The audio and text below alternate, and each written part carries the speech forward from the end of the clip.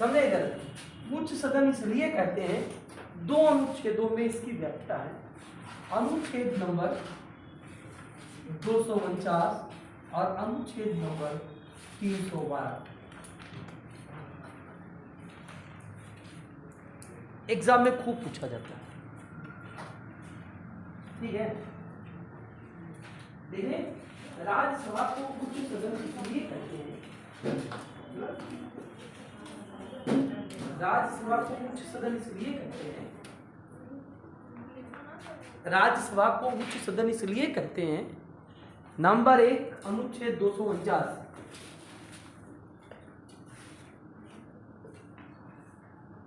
Number 1 अनुच्छेद 249 देखा, लिखे अनुच्छेद 249 में अखिल भारत नहीं, अनुच्छेद 249 में लिखे, देखिए राज्य सूची के विषय पर,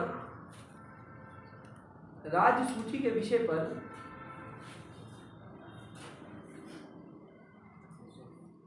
राज्य सूची के विषय पर कानून बनाने की पहल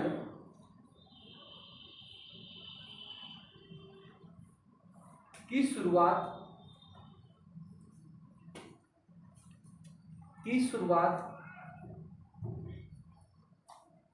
राज्यसभा से होगी,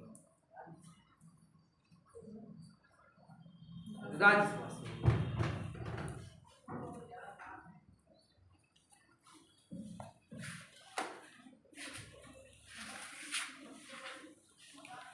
ठीक है, राज्य सूची के विषय में कानून बनाने की जो पहल की शुरुआत होगी वो कहां से होगी? राज्यसभा से होगी। दूसरा अनुच्छेद लिखे, अनुच्छेद नंबर 312, देखिए अखिल भारतीय सेवाओं के सृजन का अधिकार राज्यसभा का है।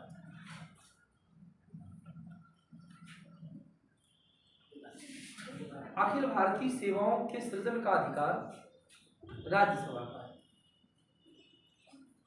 अखिल भारतीय सेवाओं के सृजन का अधिकार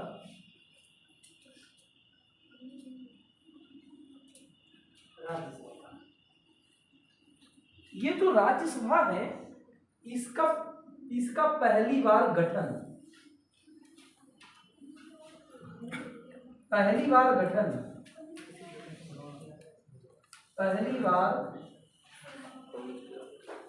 कब हुआ?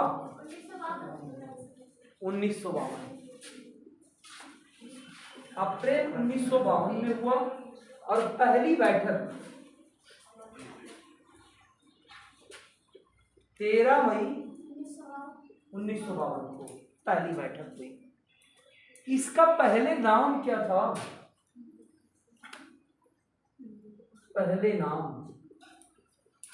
पहले इसका नाम क्या था?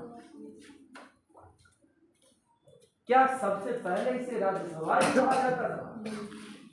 पहले इसका नाम क्या था? क्या पहले इसका नाम राज्यसभा ही था? क्या था? नहीं, द्वितीय सदन, प्रथम सदन नहीं। इसका पहले नाम क्या था? अनिल, क्या नाम था?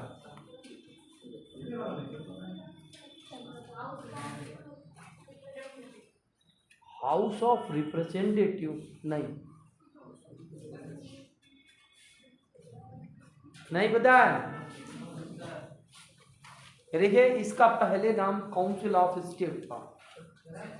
काउंसिल ऑफ स्टेट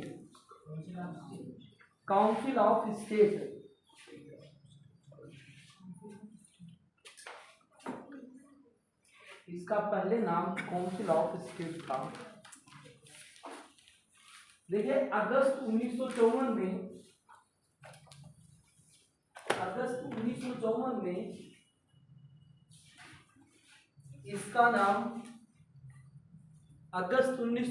में इसका नाम काउंसिल ऑफ स्टेट से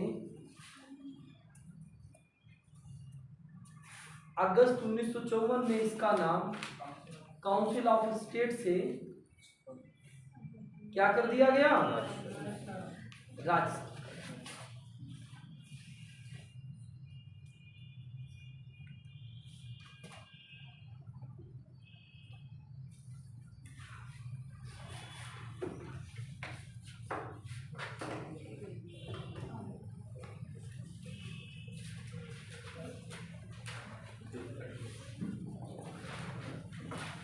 लिख लिया।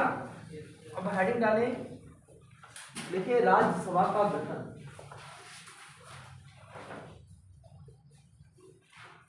राज्यसभा का गठन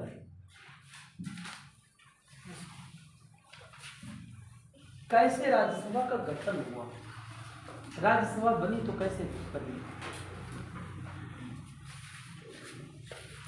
देखिए इधर समझिए, गठन का उल्लेख किस अनुच्छेद में है। 1 मिनट रुकना है, पहले समझ लें गठन का उल्लेख किस अनुच्छेद में है। 80 में है। 79 में संसद का उल्लेख है। 79 में किसका उल्लेख है, संसद का, ठीक है। और 80 में क्या है, राज्यसभा। 81 में क्या है, लोकसभा। इधर 80 में गठन किसका है, राज्यसभा। अनुच्छेद नंबर 80 गठन किया जाएगा। गठन कैसे होगा, ठीक है। गठन मतलब सदस्य कहां से आएंगे, एक तो निर्वाचित होंगे और एक मनोनीत होंगे, समझिए। जो निर्वाचित होंगे वो कहां से निर्वाचित होंगे, क्या, जो निर्वाचित होंगे वो कहां से निर्वाचित होंगे,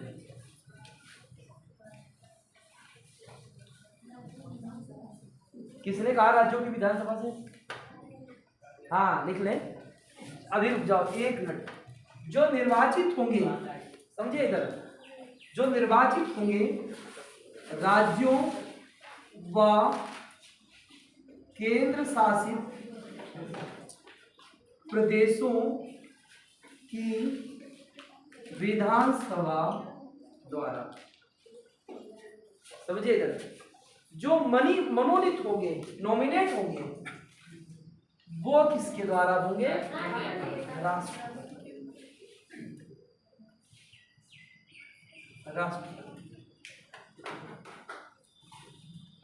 राष्ट्रपति के द्वारा, ठीक है। जरा यही पर एक चीज समझिए जरा, किस विधानसभा के लिए कितने मेंबर होंगे ये कैसे डिसाइड किया जाएगा, समझे। किस राज्य में कितने व्यक्ति राज्यसभा के चुने जाएंगे ये कैसे निर्णय किया जाएगा। आपके पास 28 वर्तमान समय में राज्य और 8 केंद्र शासित प्रदेश हैं।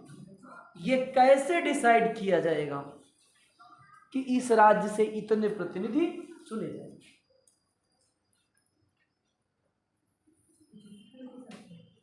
क्षेत्रफल के अनुसार से, जैसे तुमने बताया डिसाइड किया जाएगा क्षेत्रफल के आधार पर, ठीक है। और बिल्कुल जनसंख्या के आधार पर, सही है। यह निर्धारण किस आधार पे किया जाएगा, जनसंख्या के आधार पर, जनसंख्या के आधार पर।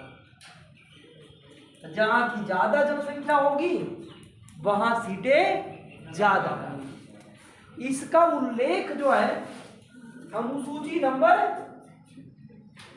बताए किस अनुसूची में है, अनुसूची नंबर 4। इसका उल्लेख भारतीय संविधान की अनुसूची नंबर 4 में। अनुसूची नंबर, यहां तक कोई दिक्कत है। कहां से चुने जाएंगे, राज्य व केंद्र शासित प्रदेश जहां विधानसभा है, ठीक है, वहां से चुने जाएंगे। और मनोनीत करेगा कौन, राष्ट्रपति। मनोनीत जब करेगा राष्ट्रपति तो ऐसे नहीं किसी को मनोनीत कर देगा, ठीक है, मंत्रिपरिषद के परामर्श पर मनोनीत करेगा, समझ गए। मंत्री परिषद के परामर्श पर मनोनीत करेगा, ऐसे नहीं मनोनीत करेगा, ठीक है। अब बात कर लेते हैं किस राज्य में कितनी सीटें हैं, नोट कर लें। सबसे पहले ज्यादा सीटें उत्तर प्रदेश, देखिए उत्तर प्रदेश में सीटें कितने हैं, हाँ 31। आप पहले सीट लिखे ना 31 सीट, उसके आगे लिखे यूपी, फिर लिखे 19 सीटें हैं महाराष्ट्र, 31 उत्तर प्रदेश, और फिर नीचे दूसरी लाइन में लिखे 19 महाराष्ट्र, 18 तमिलनाडु, फिर लिखिए 16 बिहार और वेस्ट बंगाल, 12 कर्नाटका, 12 लिखा कर्नाटका, 16 लिखा बिहार और पश्चिम बंगाल, 16 के बाद सीधे 12 कर्नाटका, फिर लिखे 11 आंध्र प्रदेश, मध्य प्रदेश, गुजरात। 11 सीटें कहाँ हैं? आंध्र प्रदेश, मध्य प्रदेश और गुजरात। देखिए 10 सीटें कहाँ हैं? ओडिशा, राजस्थान।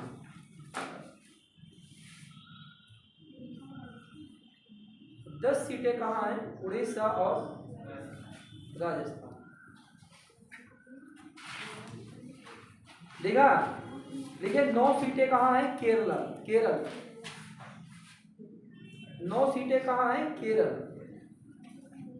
देखिए 7 सीटें पंजाब, असम, तेलंगाना। पंजाब, असम, तेलंगाना। 6 सीटें देखिए झारखंड।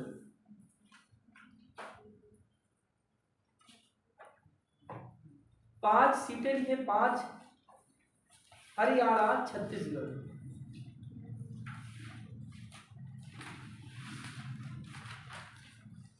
4 सीटें लिखे जम्मू कश्मीर।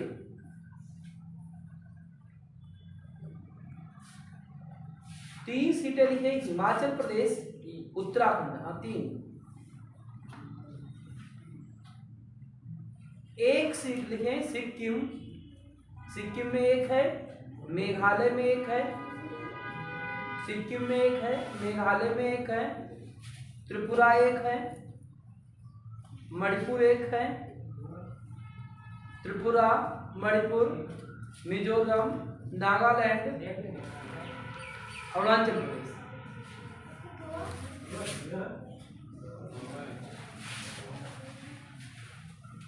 ठीक है। गोवा भी लीजिए।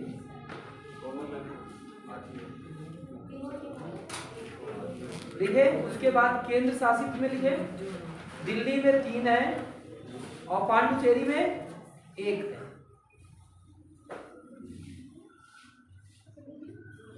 दिल्ली में 3 है और पांडुचेरी में 1 है। ठीक है।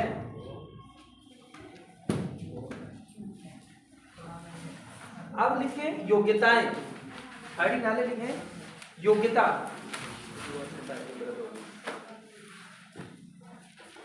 लिखे भारतीय संविधान के अनुच्छेद नंबर 84 में, भारतीय संविधान के अनुच्छेद नंबर 84 में राज्यसभा के सदस्य बनने, राज्यसभा का सदस्य बनने के लिए योग्यताएं निर्धारित की गई हैं। सदस्य बनने के लिए योग्यताएं निर्धारित की गई हैं।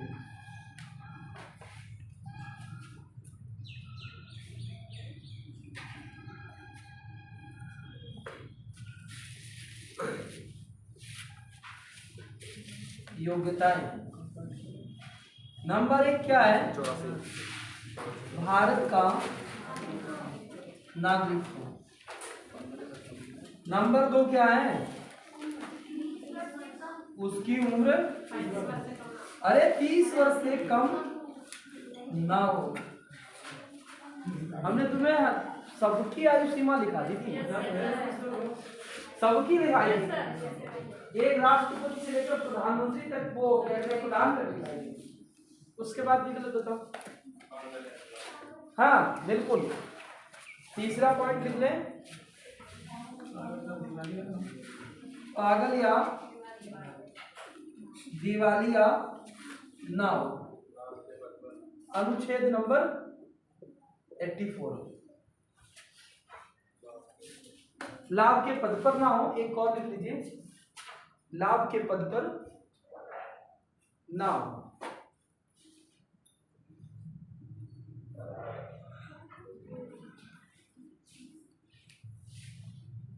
लिख लिया? हेडिंग डाले, राज्यसभा के पदाधिकारी।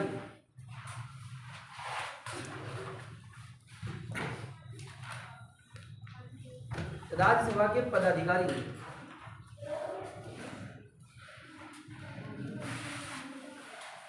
राज्यसभा के पदाधिकारी पदाधिकारी में सबसे पहले क्या? सभापति। सभापति देखिए, सभापति देखिए, अनुच्छेद नंबर 89,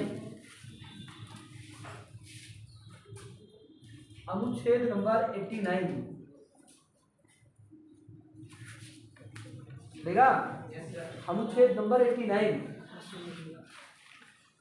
देखिए, भारत का उपराष्ट्रपति भारत का उपराष्ट्रपति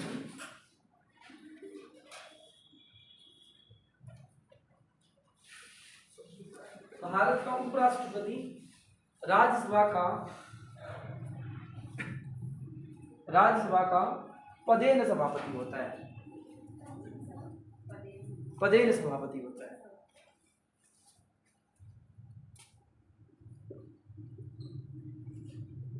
लिखे नोट। देखिए, पदेन का मतलब क्या होता है? जब आप कोई एक पद धारण किए हुए हैं, फिर एक दूसरा पद धारण करने को मिलता है, तो उस पद को पदेन बोला जाता है। ठीक है, इधर नोट में पदेन लिख ले, पदेन के आगे उसका एक्सप्लेन लिख लें। देखिए, पदेन आगे लिखे, जब कोई व्यक्ति एक पद धारण किए होता है, जब कोई व्यक्ति एक पद धारण किए होता है और वह अन्य पद ग्रहण करे, तो उसे पदेन कहेंगे।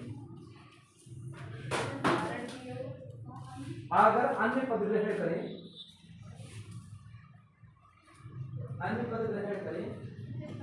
तो उस पद को पदेन पद बोला जाएगा।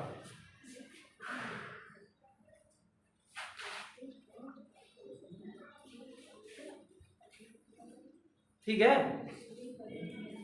अब समझिए, इधर एक दूसरा पॉइंट ये है, एग्जाम में प्रश्न पूछा जाता है, कहा जाता है कि उस सदन का नाम बताइए जिस सदन की अध्यक्षता उस सदन का सदस्य नहीं करता।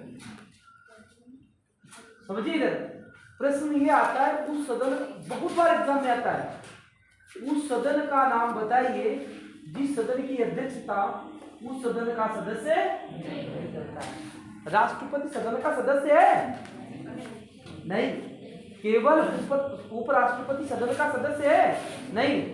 उपराष्ट्रपति के संदर्भ में केवल इतना ही कहा जाता है, योग्यता क्या है? वह भारत का नागरिक हो, उसकी उम्र 35 वर्ष से कम ना हो, वह पागल या दिवालिया ना हो, वह राज्यसभा का सदस्य बनने की योग्यता, तो बस। समझ रहे? तो इसमें पता क्या है, यहां पर जब भी आप उत्तर दें, ठीक है, अपने बड़ा बारीकी से पढ़ें। ठीक है, तो नोट करके लिखें,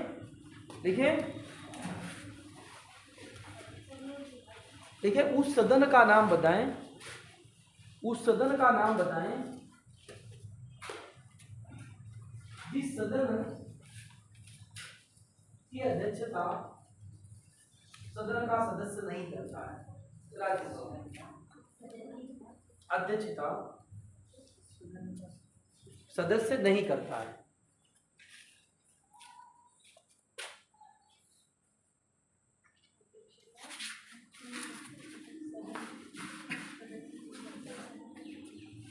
उपसभापति। ठीक हो गया, लिख लिया, राज्यसभा लिख लिया। आंसर क्या होगा उसका? राज्यसभा। ठीक है, एक तो पदाधिकारी कौन हो गया? सभापति, और एक कौन हो गया? उपसभापति। अब हेडिंग डाले उपसभापति, लिखे उपसभापति। समझिए इधर, उपसभापति की क्या व्यवस्था है?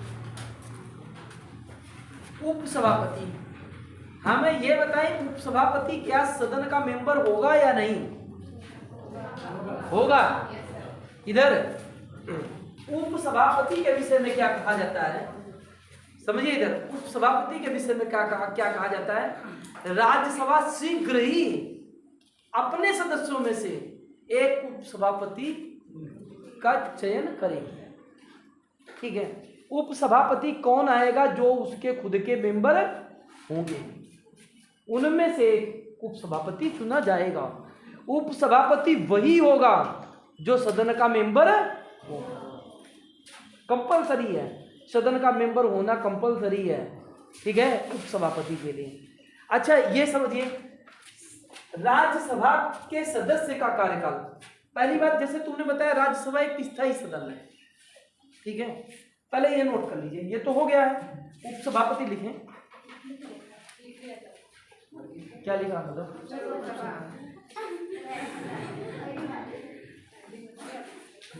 हाँ लिखे आगे। राज्यसभा शीघ्र ही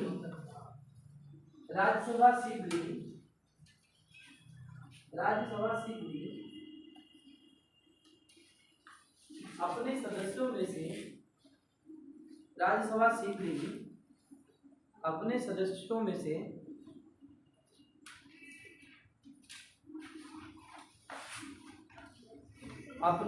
में से किसी एक को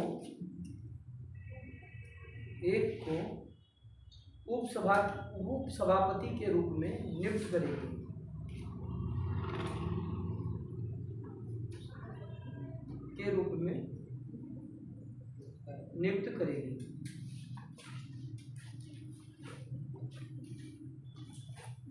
ठीक है, इस समय कौन है उपसभापति? एक मिनट हो जाएगा।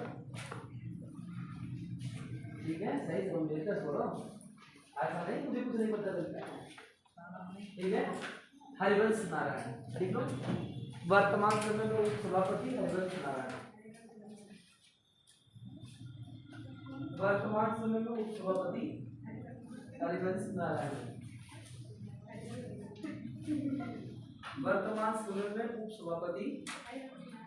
हरिवंश नारायण।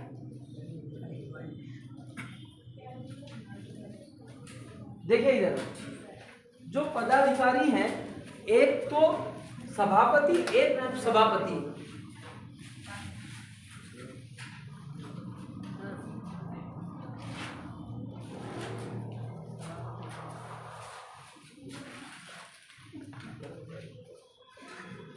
देखिए इधर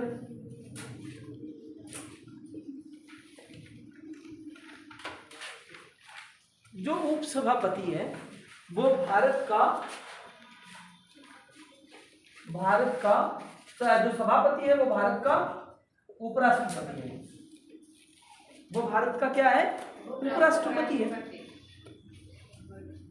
जैसे अभी आपने बताया राज्यसभा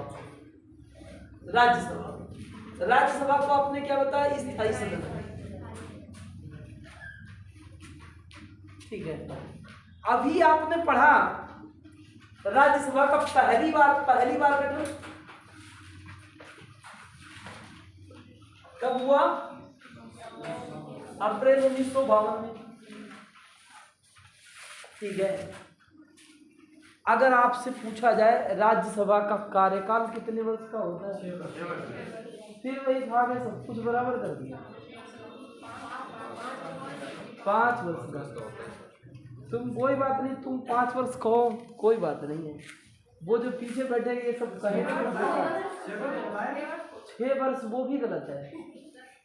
जब तुम सीधे सीधे कहते हो, हाँ तुम बोलो, तुम्हें बोलता हूँ।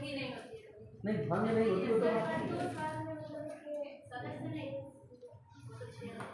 तुम्हारा नाम क्या है? अभी दो तिहाई मत को,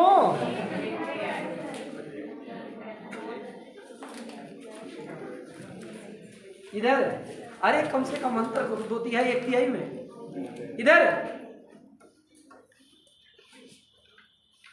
मैंने आपसे बताया राज्यसभा स्थायी सदन है, ठीक है। पहली बार गठन कब हुआ? 52 में, ठीक है।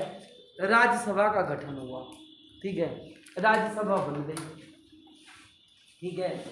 मैंने कहा राज्यसभा का कार्यकाल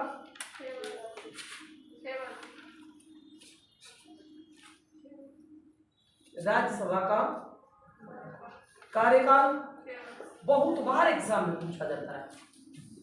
राज्यसभा का कार्यकाल 6 वर्ष। एक बार बताओ, बहरे नहीं है, ठीक है। इधर गलत है। अरे राज्यसभा का कार्यकाल 6 वर्ष नहीं है, राज्यसभा स्थायी सदन है, परमानेंट है। जैसे नहीं तुम 5 वीटो पावर वाले देशों के नाम सुनते हो, संयुक्त राष्ट्र संघ के, उनका कार्यकाल क्या परमानेंट है? बिल्कुल सही कहा। क्या पढ़ा जाता है इधर देखो ना, अगर यही पर पूछे राज्यसभा के सदस्यों का कार्यकाल, तब क्या है? 6 वर्ष है। पर एक बात बताए तुम्हें सही, पहले तुमको भी नहीं पता था, तुम्हारा दिमाग बाद में चला। नहीं तुमका नहीं कराया, वो थोड़ा जब एक्सप्लेन हुआ ना स्थायी सदन है, तब ये पहुंच गए वहां सदस्य का कार्यकाल। इधर समझिए, इधर राज्यसभा का कार्यकाल जब पूछे, जब भी तुमसे कहे राज्यसभा का कार्यकाल कितने वर्ष है, तो क्या कहोगे? अरे स्थायी सदन है, परमानेंट है, कोई निश्चित नहीं है, ठीक है। अगर तुमसे पूछे उसके सदस्यों का कार्यकाल 6 वर्ष का, ठीक है। अभी तुम्हारे यहां से हरदोई से कोई है राज्यसभा सांसद? राज्यसभा सदस्य है कोई? नितिन अग्रवाल मत को,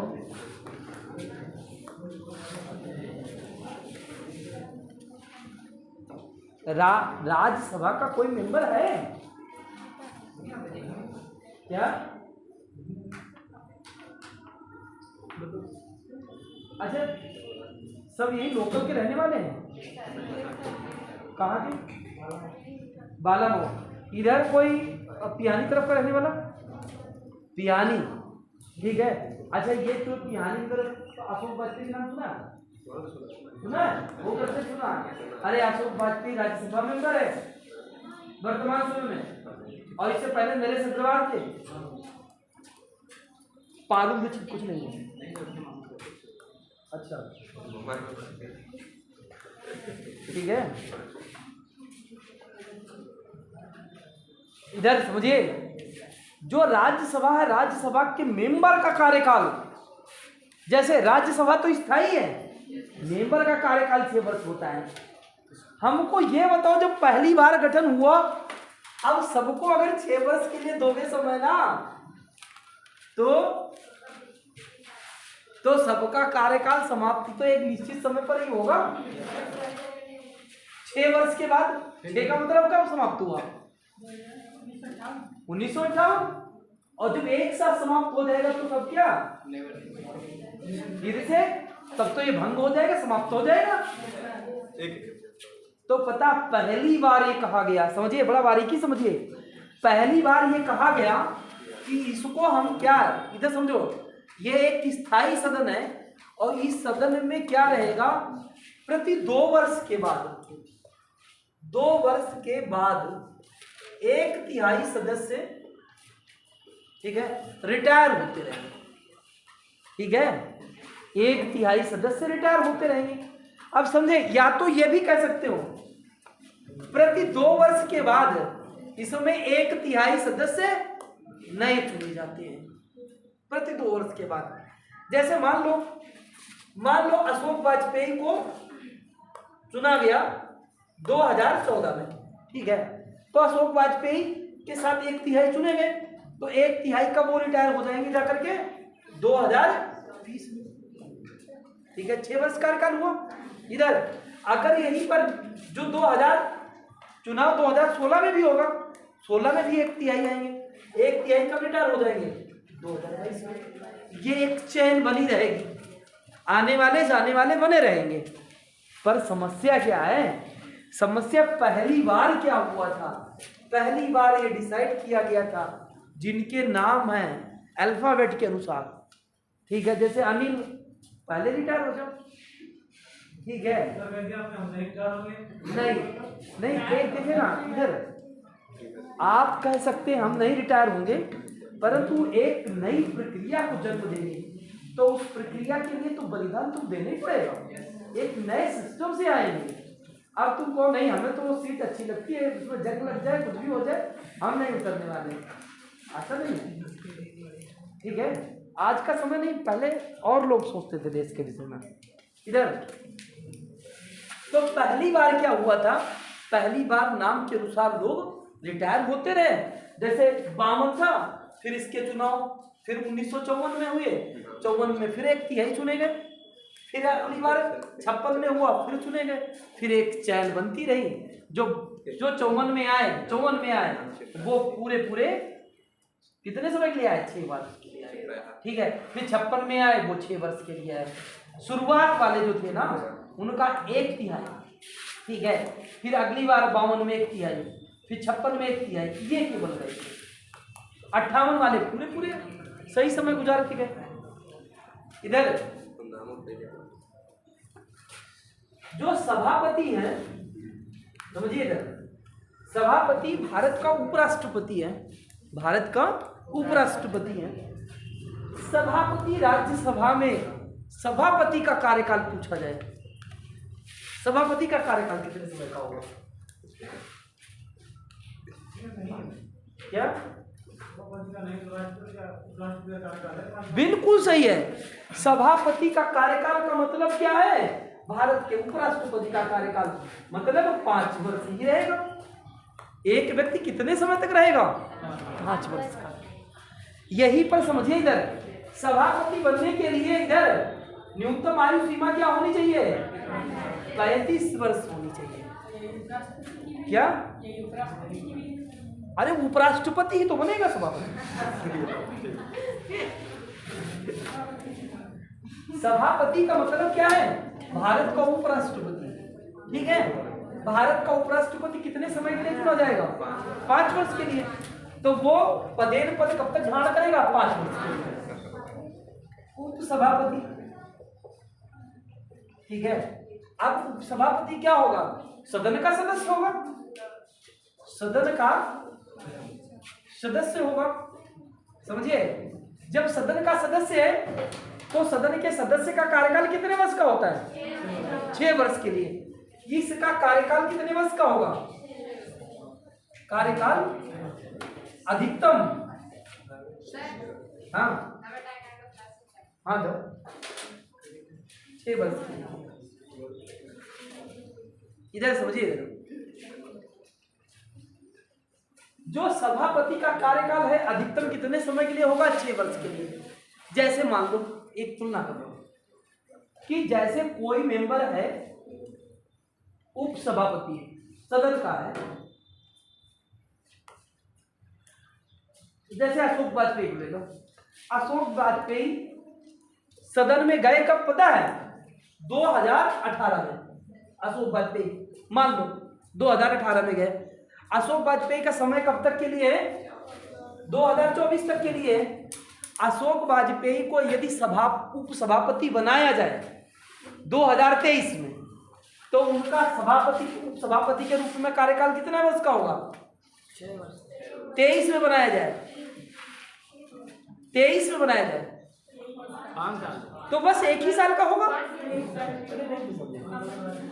इधर समझिए, इधर मैंने क्या कहा, मैंने आपको बताया उपसभापति वही बनेगा जो सदन का सदस्य होगा। ठीक है, आप सदस्य के रूप में अधिकतम आपका समय कितना हो सकता है?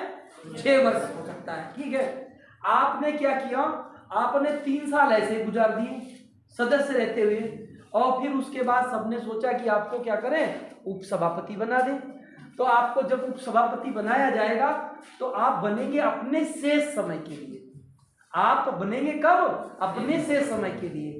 अगर आपने पद धारण किया है, सदस्यता आपकी समाप्त हो जाती है, तो आपका पद भी वो समाप्त हो जाएगा। ठीक है, दूसरी बात इधर समझिए, अगर आप मान लेते हैं, बहुत बार तुमने देखा सचिन तेंदुलकर मेंबर है राज्यसभा की, ठीक है, इस समय राज्यसभा की मेंबर पीटी उषा है। तुम देखते हो कभी सदन की कार्रवाई चलती है? वो दिखती नहीं है। ठीक है, दिखते नहीं है। कितने दिन बिना सूचना दिए हुए अनुपस्थित रहे, कितने दिन बिना सूचना दिए। अरे सोचो धीरे से एक बात, तुमने हाई स्कूल पास किया, इंटर पास किया, ठीक है, यहाँ अटेंडेंस लगती तुम्हारी एक रजिस्टर में, ठीक है, तुम्हारी अटेंडेंस, तुमने कहा स्कूल ही नहीं जाएगी, बढ़िया से स्कूल है, विद्यालय, ठीक है, तुमने जाना बंद कर दिया तो नाम कट जाता है? कट जाता है। अरे वो अलग बात, नाम नहीं कटे। इधर बढ़िया सा विद्यालय है, अगर आप विद्यालय नहीं जाएंगे तो नाम क्या होगा? कट जाएगा। बिल्कुल उसी प्रकार इधर राज्यसभा है, अगर राज्यसभा में आप जाते नहीं मेंबर है, ठीक है, तो आपकी सदस्यता समाप्त हो जाएगी। कितने दिन न जाए? बिल्कुल सही है, 60 दिन। देखिए, बिना सूचना दिए, बिना सूचना दिए अगर कोई सदस्य, बिना सूचना दिए अगर कोई सदस्य 60 या 60 से अधिक दिनों तक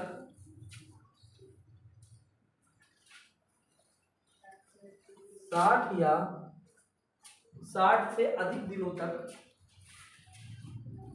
अनुपस्थित रहता है,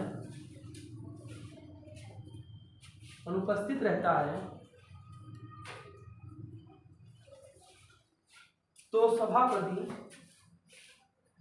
सभापति उसकी सदस्यता को समाप्त कर देते हैं।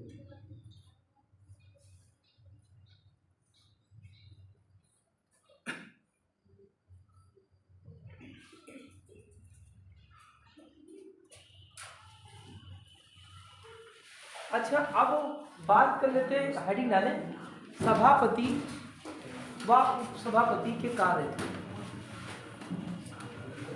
सभापति के कार्य लिखे, सभापति के कार्य, सभापति के कार्य देख लिया। अच्छा, ये जो सभापति है उसके कार्य क्या हैं? जैसे तुमने देखा इधर लोकसभा की कार्रवाई चल रही, राज्यसभा की कार्रवाई चल रही, उनके कार्य क्या हैं? कोई बताए? कार्यों का संचालन करना बिल्कुल सही है। देखिए, नंबर 1, सदन की कार्रवाई का संचालन करना, सदन की कार्रवाई का संचालन करना। दूसरा बताओ,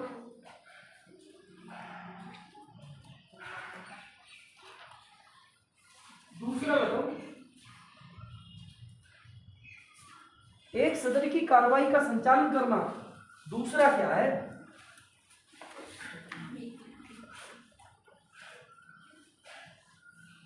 दूसरा क्या है? सोचो सुप्रिया, एक सदन की कार्रवाई का संचालन करना, दूसरा कार्य क्या? दूसरा कार्य, अरे दूसरा अनुशासन बनाए रखना। अनुशासन भी तो वही बनाए रखता है। देखिए, अनुशासन बनाए रखना।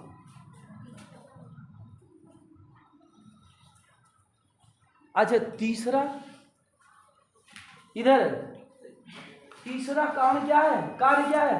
बोलने का क्रम निर्धारित करना। तुम मेरा हम बोलेंगे, वो कहता हम बोलेंगे, वो तो निर्भर कौन करेगा? जो यहाँ पर सभापति होगा। देखिए, बोलने का क्रम निर्धारित करना, बोलने का क्रम निर्धारित करना, बोलने का क्रम निर्धारित करना।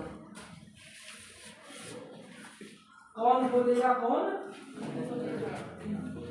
बोलने का क्रम, ठीक है। देखिए, मतदान कराना,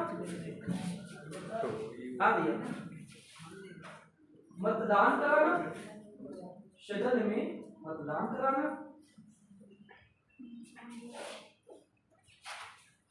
देखिए, बराबर मत होने पर निर्णायक मत देने का अधिकार, बराबर मत होने पर निर्णायक मत देने का अधिकार।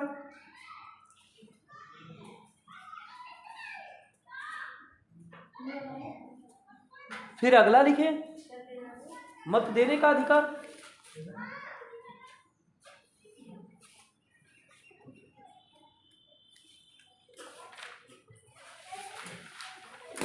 लिख लिया? अगला पॉइंट लिखे, सदन में शांति व्यवस्था बनाए रखने का कार्य।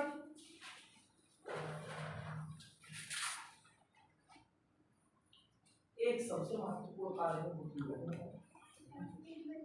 क्या?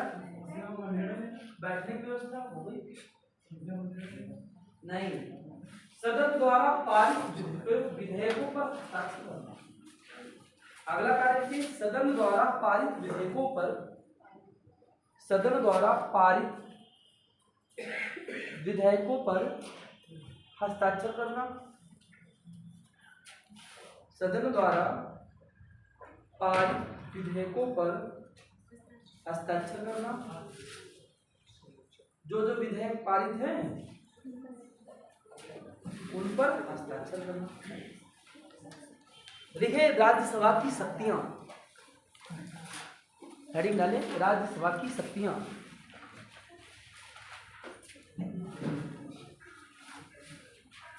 राज्यसभा की शक्तियां लिखा, राज्यसभा की शक्तियां। सबसे पहले लिखे, हेडिंग डाले, विधायी शक्ति।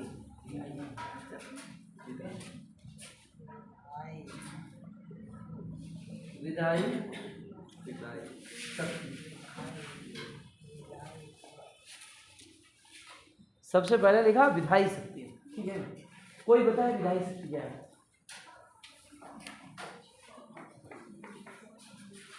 नहीं बताया? देखिए, देखिए पहले समझ लें। इधर जैसे कानून बनाने के संदर्भ में, कानून बनाने के संदर्भ में लोकसभा और राज्यसभा को बराबर शक्तियां प्राप्त है, ठीक है। यदि विधेयक धन विधेयक है तो उसमें सबसे ज्यादा पावर किसे प्राप्त है? लोकसभा को। अगर विधेयक साधारण विधेयक है तो दोनों सदनों को बराबर शक्तियां प्राप्त है, ठीक है। अगर विधेयक धन विधेयक है तो सबसे ज्यादा पावर किसे प्राप्त है? लोकसभा, ठीक है। अगर विधेयक साधारण विधेयक है तो दोनों सदनों को बराबर विधेयक शक्तियां प्राप्त, ठीक है। एग्जाम में पूछा जाता है, लिखिए, अगर विधेयक साधारण विधेयक है, अगर विधेयक साधारण विधेयक है तो दोनों सदनों को बराबर शक्तियां प्राप्त हैं। दोनों सदन का मतलब लोकसभा और राज्यसभा, दोनों सदनों को बराबर शक्तियां प्राप्त हैं। देखिए, साधारण विधेयक नहीं, इसी साधारण विधेयक सर्वप्रथम किसी भी सदन में पेश किया जा सकता है। साधारण विधेयक सर्वप्रथम किसी भी सदन में पेश किया जा सकता है।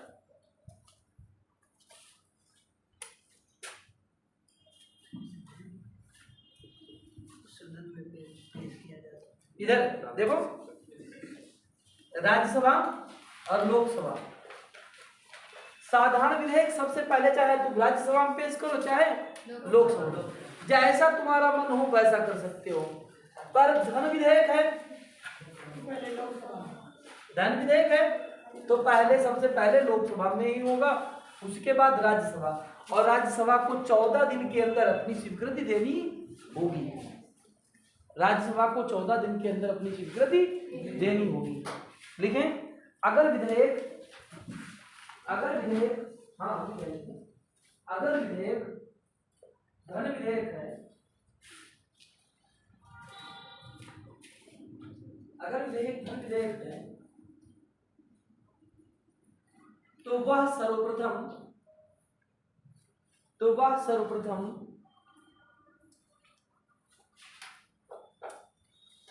लोकसभा में पेश किया जाएगा। कहां पेश किया जाएगा? लोकसभा में पेश किया जाएगा। लिख लिया? लिखे, लोकसभा द्वारा पारित हो जाने के बाद, लोकसभा द्वारा पारित हो जाने के बाद, लोकसभा द्वारा पारित हो जाने के बाद विधेयक राज्यसभा जाएगा, राज्यसभा भेजा जाएगा।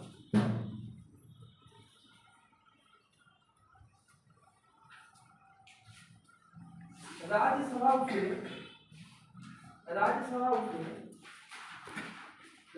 उसे 14 दिन के अंदर अपनी स्वीकृति दे। राज्यसभा उसे 14 दिन के अंदर अपनी स्वीकृति या अस्वीकृति दे, अपनी स्वीकृति या अस्वीकृति दे।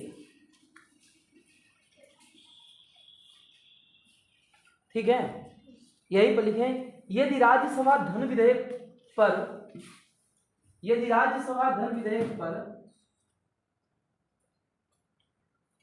14 दिन तक विचार नहीं करती है, राज्यसभा धन विधेयक पर 14 दिन तक विचार नहीं करती है, धन विधेयक पर 14 दिन तक विचार नहीं करती है, तो उस विधेयक को राज्यसभा द्वारा पारित मान लिया जाएगा। तो उस विधेयक को राज्यसभा द्वारा पारित मान लिया जाएगा। राज्यसभा द्वारा पारित मान लिया जाएगा। देखिए, अगर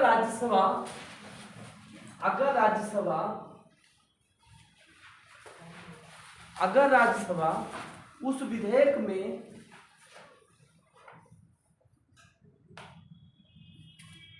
संशोधन का सुझाव देती है,